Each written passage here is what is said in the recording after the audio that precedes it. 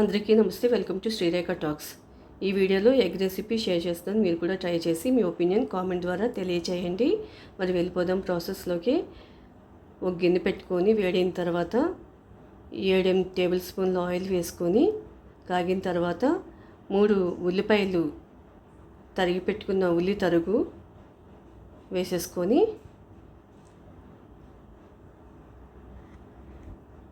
అందులోనే 1 table spoon salt కూడా వేసుకొని ఫ్రై చేసుకోవాలి. ఫ్రై అయిన తర్వాత మూత పెట్టేసుకొని 3-4 నిమిషాలు మగ్గనివ్వాలి. ఒకసారి చూద్దాం మగ్గిందా లేదా. మగ్గిపోయింది చూడండి, చక్కగా ఫ్రై అయిపోయింది. ఇందులోనే పచ్చిమిరపకాయ ముక్కలు కూడా వేసేసుకొని ఫ్రై చేసేసుకుందాం. ఫ్రై అయిపోయాక పేస్ట్ కావాల్సింది 1 ఉల్లిపాయ, 7-8 వెల్లుల్లి రబ్బలు, 5-6 లవంగాలు, 3 టమాటాలు తరిగి పెట్టుకున్న ముక్కలు, 1/2 టేబుల్ స్పూన్ మిరియాలు, 1/4 టేబుల్ స్పూన్ సాజీరా, 1 బిర్యానీ ఆకు, 1 ఇలాచి, చిన్న ముక్క దాల్చిన చెక్క, 1 చిన్న అల్లం ముక్క, 4 ఎండుమిరపకాయలు, ఇవన్నీ కలిపి పేస్ట్ చేసి పెట్టేసుకొని ఉల్లిపాయ ముక్కలు ఫ్రై అయిపోయిన తర్వాత ఈ పేస్ట్ని ఆ ఉల్లిపాయ ముక్కలలో వేసేయాలి.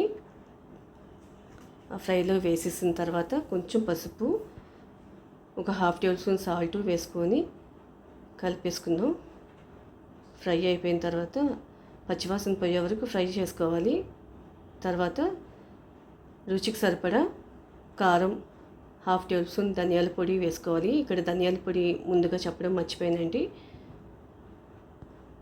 ఇది ఫ్రై అయిపోయిన తర్వాత కావాల్సినంత వాటర్ కూడా వేసేసుకొని వాటర్ ఇంకిపోయే వరకు ఫ్రై చేసేసుకొని ఎగ్స్ కొట్టేసి వేసేసుకోవాలి. ఇలాగా నేను అందుకని ఈ ఎగ్స్ ఇలా కొట్టి వేసేటప్పుడు కలిసిపోకుండా ఉండడానికని ఈ ఫ్లాట్ గిన్నె పెట్టుకున్నాను. సో ఈ ఎగ్స్ అన్నీ కొట్టేసిన తర్వాత మూత పెట్టేసుకొని 1 5 నిమిషాలు సిమ్లో పెట్టేసుకొని ఉడకనివ్వాలి. ఉడికిపోయిన తర్వాత చూడండి ఒకసారి ఇలా ఉడికిపోతుంది. చక్కగా ఉడికిపోయింది కదా.